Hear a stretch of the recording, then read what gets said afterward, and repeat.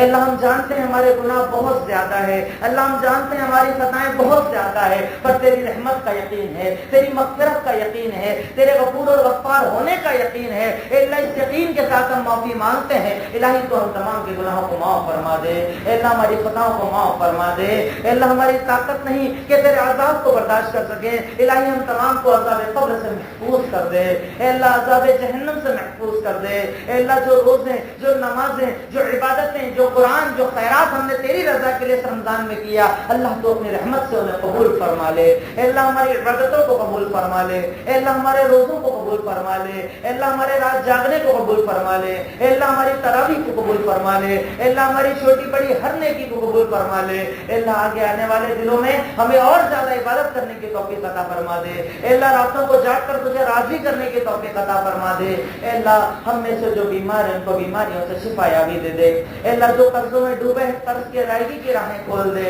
اے اللہ ہمارے بہت سارے بھائی ہیں جو کاروبار سے شدید پریشان ہیں، اے اللہ یہ رمضان تیری رحمتوں کا مہینہ ہے، اللہ اپنی رحمتیں ان تمام پر نازل کر دے اور ان کے کاروبار کے اندر خوب برکت عطا فرما دے، اے اللہ حلال کاروبار کے اندر خوب برکت عطا فرما دے، اے اللہ حرام رزق سے بچا لے، اے اللہ حرام رزق سے بچا لے، اے اللہ ہمارے بہن بھائی جو رشتوں کے لیے بیٹھے ہیں اللہ ان کے توحید پرستوں میں رشتے کرا دے، اے اللہ ہماری اولادوں کو مشرکین اور کفار کی صحبت سے بچا لے، اے اللہ ہمیں دین پر چلنے کی توفیق عطا فرما دے، اے اللہ حالات بدلے تھے، حالات بدلے ہیں، ان تمام حالات میں ہمیں تیری رحمت اور تیری طاقت اور قوت کا یقین ہے، اے اللہ تو تمام مومنین کی مدد فرما دے، اے اللہ مسلمین کی مدد فرما دے، اے اللہ دنیا کے جس بھی خطے میں آج ہمارے بھائیوں پر ظلم ہو رہا ہے ہر سال کی طرح اس سال بھی فلسطین کے اندر رمضان کے مہینے میں پھر جو ظلم و ستم کا آغاز ہو چکا ہے، اے اللہ ہم جانتے ہیں اس قوم کے اندر یہ طاقت صرف تیری وجہ سے ہے کہ وہ سالوں سے کھڑے ہیں اور سالوں کھڑے رہیں گے انشاءاللہ، اے اللہ ان مجاہدین کی مدد فرما دے، اے اللہ ان یتیموں اور بیواؤں کی مدد فرما دے، اے اللہ ان کے چھوٹے چھوٹے بچوں کی مدد فرما دے، اے اللہ تیرے دین کے لیے جو نہتے کھڑے ہیں اللہ رب العالمین تو بدر کا یہ مہینہ ہے، فتح مکہ کا یہ مہینہ ہے، آسمان سے اپنا لشکر ان کفار پر نازل فرما دے، اے اللہ ان ظالمین پر نازل فرما دے، اے اللہ ان کی جمعیات کو توڑ کر رکھ دے، اے اللہ ان کے اتحاد کو منتشر کر کے رکھ دے، اے اللہ تیرے دین کے خلاف جو طاقتیں جمع ہو رہی ہے اللہ تو انہیں برباد کر کے رکھ دے، اے اللہ مسلمین کی مدد فرما دے، اے اللہ ہمیں اپنی صفوں میں اتحاد پیدا کرنے کی توفیق عطا فرما دے، اے اللہ ان حالات میں ہمیں اپنی قوم کو تعلیم کے میدان میں آگے لے جانے کی توفیق عطا فرما دے، اے اللہ مل کر قوم کے مسائل کو آسان کرنے کی تو ہمیں توفیق عطا فرما دے، اے اللہ ہم تیرے بندے، تیرے محتاج، تیرے فقیر، روزے بھوک اور پیاس کی حالت میں تجھ سے مانگ رہے ہیں اور ہمیں یہ یقین ہے کہ انشاءاللہ اس حالت میں تو ہماری دعائیں رد نہیں کرے گا، الہی تو ہماری دعائیں قبول فرما لے، اے اللہ ہماری گزارشیں قبول فرما لے، اے اللہ میری آوازوں کو جو تجھ تک اگر ہم نہ بولے تب بھی پہنچ جاتی ہے اللہ تجھ سے قبول فرما لے، اے اللہ تو سینے کے راز کو جاننے والا ہے، اللہ ہر سینے کے اندر جو ضروریات بھری ہوئی ہیں اے اللہ تمام ضروریات کو قبول فرما لے، وآخر دعوانا الحمدللہ رب العالمین۔